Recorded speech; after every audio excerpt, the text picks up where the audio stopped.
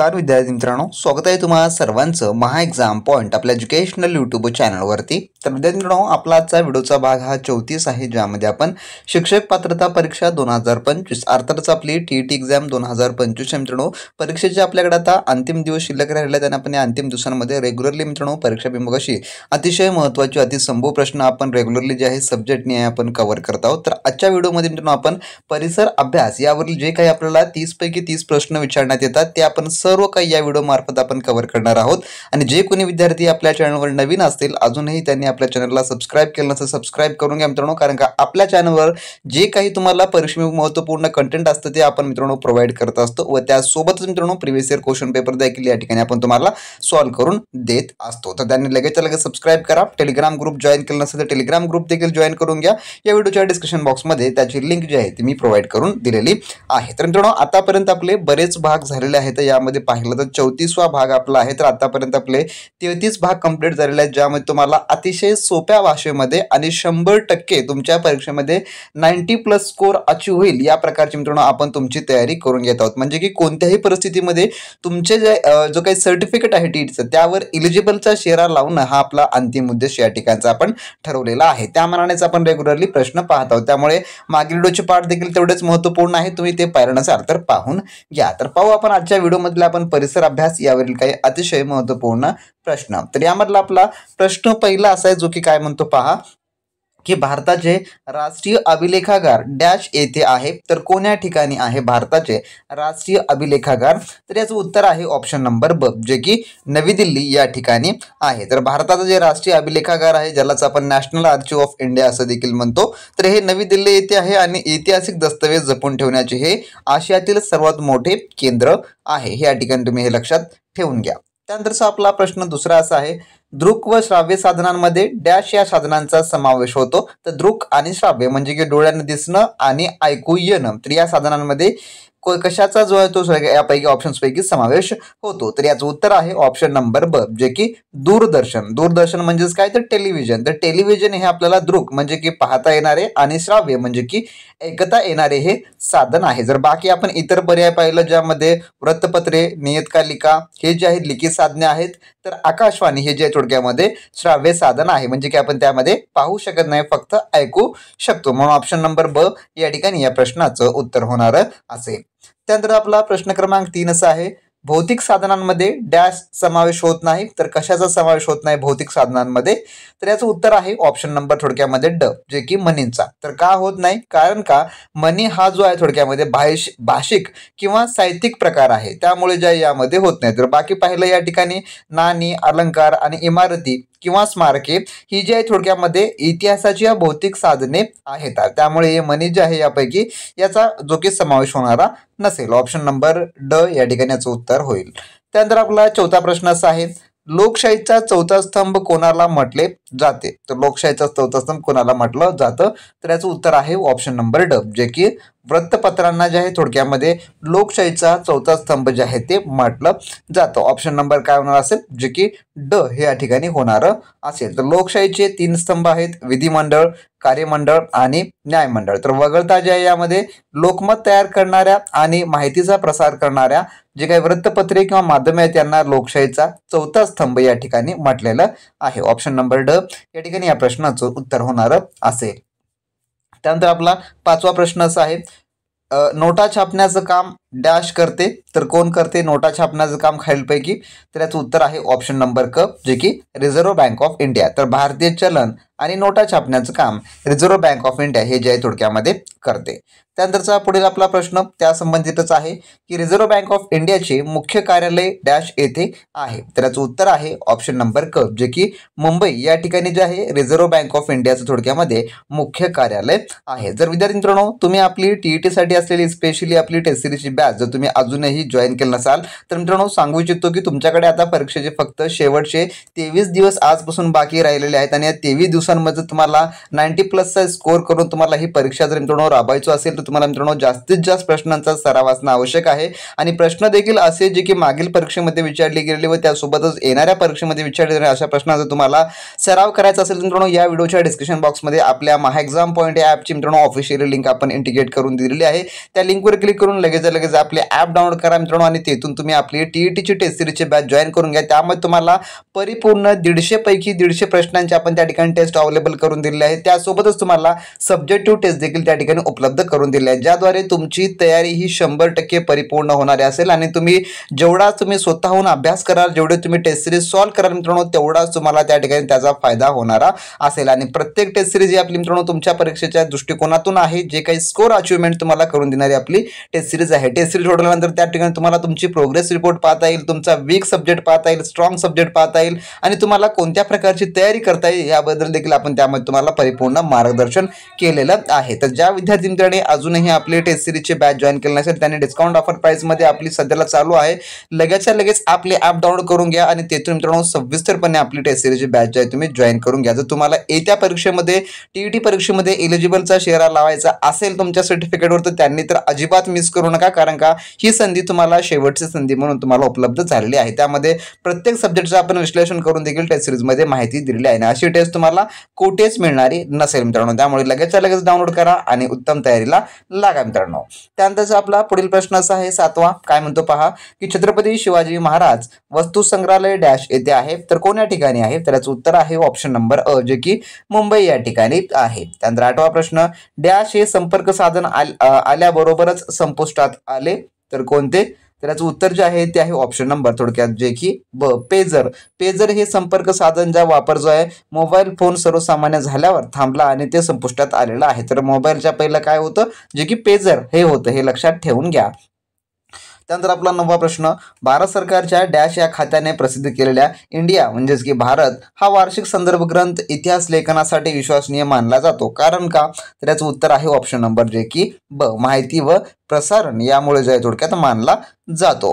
त्यानंतरचा आपला पुढील पैकी 10वा प्रश्न असा आहे, काय म्हणतो पहा 10वा प्रश्न, लोक शिक्षण देण्याच्या हेतूने भारत सरकारने 1960 साली डॅश येथे films and television institute of India या संस्थेची स्थापना केली तर कोण्या ठिकाणी केली होती, तर याचं उत्तर जे आहे ते आहे ऑप्शन नंबर थोडक्यामध्ये जे की क, पुणे या ठिकाणी केलेली होती। तर जे पुणे जे आहे या ठिकाणी films and television institute of India जे की FTII असं देखील म्हणतो, त्याची स्थापना 1960 मध्ये जी आहे ती केलेली होती भारत सरकारने। ऑप्शन नंबर क या ठिकाणी याचं उत्तर होणार असेल।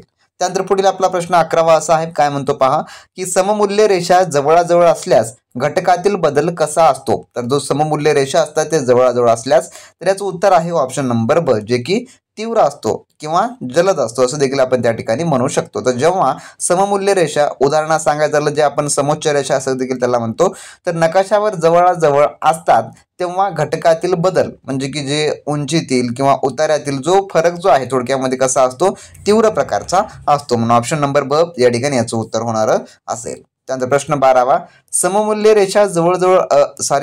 रेषा एकमेकापासून दूर असल्यास घटकातील बदल डॅश असतो, तर कसा असतो, जे काही डॅश असतो म्हटलेला आहे तर म्हणजे की कसा असतो, तर याचं उत्तर आहे ऑप्शन नंबर थोडक्यामध्ये जे की क, जे की सौम्य प्रकारचा एक प्रकारचा असतो, म्हणून ऑप्शन नंबर क या ठिकाणी याचं उत्तर होणार असेल।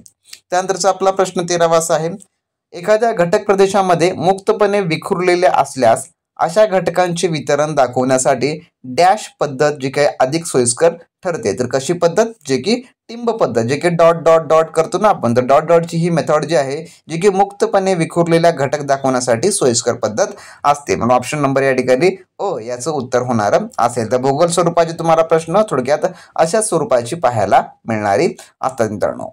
त्यानंतर जो आपला पुढील प्रश्न जो की प्रश्न क्रमांक आपला 14वा असा आहे, तर काय या ठिकाणी जोड्या जुळवायच्या आहेत आपल्याला, तर या ठिकाणी काही अस्तंभ स्तंभमध्ये टिंब पद्धत, क्षेत्रफणी पद्धत, समगणी पद्धत आणि गडद छटा या प्रकारच्या काय आहेत त्याच्या आपल्याला योग्य ते या ठिकाणी जोड्या जुळवायचे आहेत। तर जोड्या कशा प्रकारे लागतात, तर टिंब पद्धत कशामध्ये जे की वापर केला जातो किंवा कशाचा जे आहे दाखवण्यासाठी नकाशामध्ये ते वापर केलं जातं. तर हे या आपल्याला या ठिकाणी जोड्या लावायच्या आहेत. तर टिंब पद्धत, क्षेत्रफळ पद्धत. आता क्षेत्रफळाची पद्धत कशामध्ये वापरली जाते, तर थोडक्यामध्ये जर सांगायचं झालं तर क्षेत्रफळाची पद्धत जे की घनता किंवा टक्केवारी जे की दाखवण्यासाठी या ठिकाणी वापरली जाते. तर गडद वापरला कशासाठी जातो, तर गडद देखील यासाठीच वापरला जातो. आणि समघनी पद्धत म्हणजेच काय, तर समघन पद्धत या ठिकाणी सांगायचं झालं तर समान मूल्य असलेला जे काही ठिकाण असतो असणाऱ्यांना जे थोडक्यामध्ये ह्या ज्या पद्धतीद्वारे थोडक्यात दर्शवलं जात असतं. म्हणजे असं उत्तर जे होणार असेल ते मित्रांनो ऑप्शन नंबर थोडक्यामध्ये पर्याय क्रमांक 3 याचं जे थोडक्यामध्ये उत्तर होणार असेल जे की क, ज्यामध्ये पहिल्याचं ब येणार असेल तर दुसऱ्याचं या ठिकाणी क येणार असेल. समगन पद्धत म्हणजे समतुल्य रेषाचा वापर जसं की सांगितलं, आणि चौथ्याचं ड ला ड येणारं असेल. तर अशा प्रकारे थोडक्यामध्ये याचे उत्तर होणारे असतील. त्यानंतर 15वा प्रश्न काय म्हणतो पहा, की अंतरंगातील मंद भूहालचाली कोणत्या घटकावर आधारित आहेत? तर याचं जे उत्तर आहे ते आहे ऑप्शन नंबर थोडक्यामध्ये ब, जे की गतीवर थोडक्यामध्ये आधारित आहेत. तर कशामुळे यामध्ये सांगायचं झालं तर याचं जे आहे जो की तापमानाची उष्णता यावर अवलंबून असते, त्यामुळे जे या ठिकाणी होत असतात. त्यानंतरचा आपला पुढील प्रश्न 16वा, मंद हालचाली एकमेकांच्या विरुद्ध दिशेने कार्य करतात तेव्हा काय निर्माण होते? तर अशा प्रकारचा प्रश्न आहे की नेमका तेव्हा काय जो आहे तो निर्माण होतात. तर याचं उत्तर आहे ऑप्शन नंबर थोडक्यामध्ये अ, जे की दाब या ठिकाणी हे होत नाही. तर याचं उत्तर आहे ऑप्शन नंबर ब, जे की ताण हे या ठिकाणी थोडक्यामध्ये जो की निर्माण होतात. तर थोडक्यात कन्फ्यूज करण्यासाठी असे देखील आपल्याला काही बऱ्याच प्रकारचे प्रश्न परीक्षेमध्ये येतात. त्यानंतर 17वा प्रश्न, खचदरी निर्माण होण्यासाठी भूकवचावर हालचालीची कोणती क्रिया घडावी लागते? तर हालचालीची या ठिकाणी कोणती क्रिया जे की घडावी लागते असा या ठिकाणचा प्रश्न आपल्याला विचारलेला आहे. त्याचं उत्तर आहे ते आहे ऑप्शन नंबर अ, जे की ताण हे जे आहे थोडक्यामध्ये याचं उत्तर होणार असेल. स्पष्टीकरण सांगतो थोडक्यामध्ये की ताण शक्तीमुळे खडकांमध्ये भेगा म्हणजेच की विभंग पडून भूकवचाचा भाग खाली खचतो आणि खचदरी जे की थोडक्यामध्ये तयार होते. त्यानंतरचा आपला पुढीलपैकी 18वा प्रश्न असा आहे की पुढीलपैकी वली पर्वत कोणता? तर वली पर्वत कोणता आहे किंवा कशाला म्हटला जातो? तर याचं जे उत्तर आहे ते आहे ऑप्शन नंबर थोडक्यामध्ये जे की ब, जे की हिमालयाला जे थोडक्यामध्ये वली पर्वत असं म्हणतात. जेव्हा भूहालचालीमुळे खडकांना मोठ्या वळ्या पडतात तेव्हा वली पर्वत, ज्याला फोल्ड माउंटेन असं तयार होतात. उदाहरणामध्ये हिमालय, आल्प्स, रॉकी हे संपूर्ण जे आहे वली पर्वत आहे. त्यामुळे ऑप्शन नंबर थोडक्यामध्ये ब याचं उत्तर होणार असेल.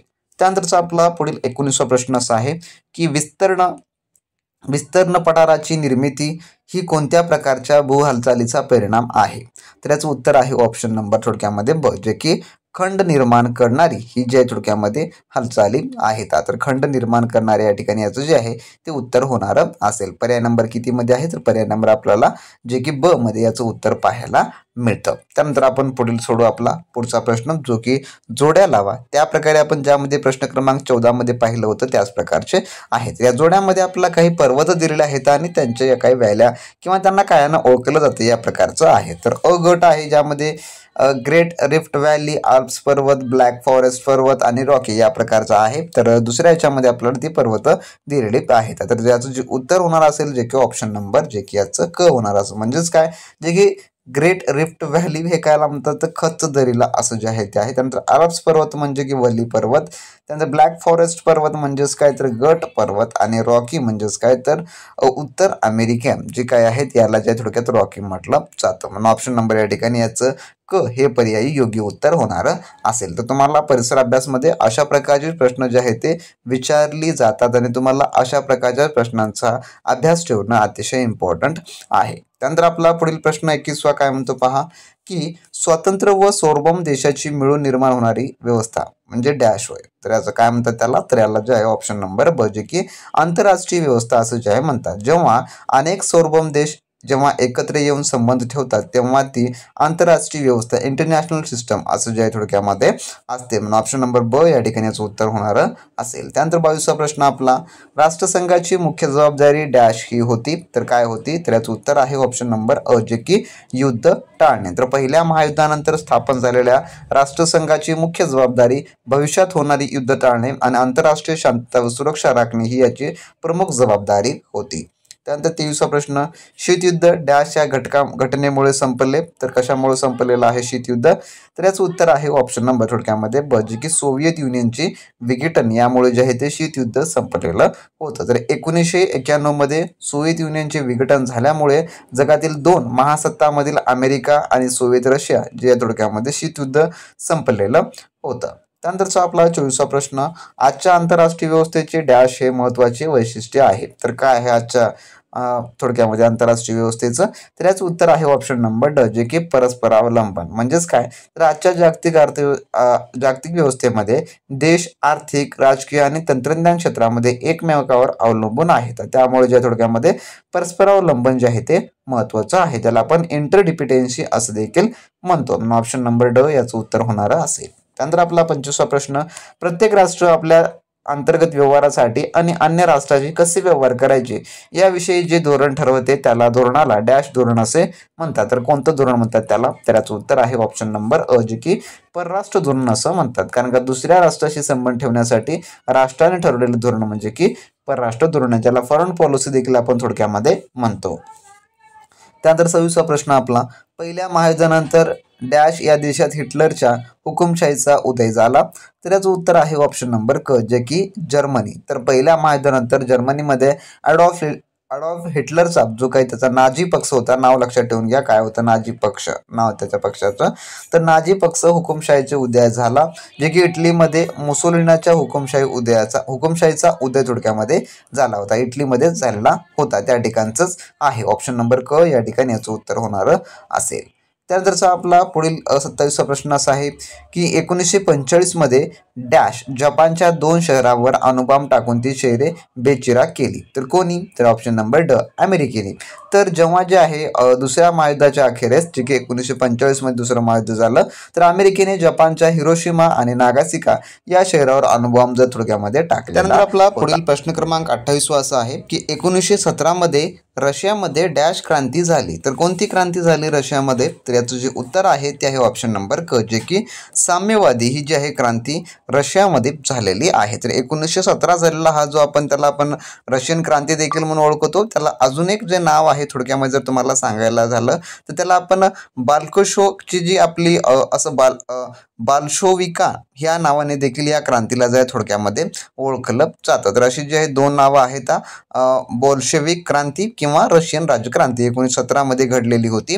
आणि ही जी आहे कशामध्ये होती? तर साम्यवादी याच्याशी जी झालेली क्रांती होती. ऑप्शन नंबर क या ठिकाणी याचं उत्तर होणार असेल. त्यानंतर 29वा प्रश्न आपला की शीतयुद्धाच्या काळात आपल्या गटातील राष्ट्रांच्या संरक्षणासाठी डॅश या राष्ट्राच्या नेतृत्वाखाली नाटो ही लष्कर संघटना उदयास आली. तर याचं जे उत्तर आहे ते आहे ऑप्शन नंबर थोडक्यामध्ये जे की ड, अमेरिका. तर अमेरिकेचे जे आहे संलग्न ही जे उदयास आली. तर शीतयुद्धाच्या दरम्यान जे की 1949 मध्ये साम्यवादी राष्ट्रांनी सोव्हिएत गट ज्याला आपण म्हणतो तर प्रत्युत्तर देण्यासाठी अमेरिकेच्या नेतृत्वाखाली नाटो ही जी आहे संस्था स्थापन करण्यात आलेली आहे.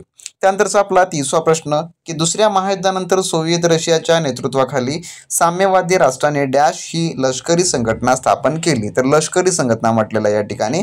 तर याचं जे उत्तर आहे ते आहे ऑप्शन नंबर ए, जे की वॉर्सा करार हा जो आहे थोडक्यामध्ये या ठिकाणी करण्यात आलेला होता. तर कधी कशा संदर्भाचा होता? तर हा जो आहे थोडक्यात अमेरिकेच्या नाटोला, जे नाटो आता अमेरिकेनं आपण याच्या पहिलं पाहिलं की अमेरिकेनं नाटो केलं, पण नाटोला प्रत्युत्तर देण्यासाठी सोव्हिएत रशियाच्या नेतृत्वाखाली जे आहे साम्यवादी राष्ट्रांनी 1955 मध्ये जे आहे थोडक्यामध्ये वॉर्स करार ही लष्करी संघटना जी आहे स्थापन केलेली आहे. तर कधी? 1955 मध्ये. आणि काय उद्देश होता नाटोचा? जे की प्रत्युत्तर देण्यासाठी. ऑप्शन नंबर अ या ठिकाणी याचं उत्तर होणार असेल. तर अशी मित्रांनो परिसर अभ्यासवरील आपण आज टॉप 30 क्वेश्चन्स पाहिलेले आहेत. आणि तुम्हाला अशा प्रकारचे प्रश्न जर तुम्हाला रेग्युलरली पाहायचे असतील आणि अशा प्रकारचे प्रश्न तुमच्या येणाऱ्या परीक्षेत तुम्हाला मित्रांनो विचारलं जाणार असेल, तर तुम्हाला अशा प्रकारचा प्रश्नांचा भरपूर सराव करायचा असेल तर खाली कमेंट बॉक्समध्ये कमेंट करून सांगा. आणि ज्या कोणी विद्यार्थी मित्रांनी अजूनही आपली टेस्ट सिरीजचे बॅच जॉईन केलं नसेल तर वेळ वाया घालू नका, लगेच आपली ॲप डाउनलोड करून घेऊन तिथले असलेले अवेलेबल सर्व टेस्ट सिरीज तुम्ही मित्रांनो सोडून घ्या. आणि तुमचा स्कोर किती येत आहे, 90+ स्कोर कसा अचीव करावा किंवा 90+ स्कोर येत आहे का हे तुम्ही त्या ठिकाणी मित्रांनो स्वतः एक बार रिअलाइज करून घ्या. तर भेटू नेक्स्ट व्हिडिओमध्ये नवीन माहिती व नवीन अपडेट सोबत. तोपर्यंत मित्रांनो सबस्क्राईब करा, लाईक करा आणि हा महत्त्वपूर्ण व्हिडिओ तुमच्या मित्रांसोबत शेअर करा विसरू नका. तोपर्यंत मित्रांनो बी प्रॅक्टिस क्रॅक एक्झाम.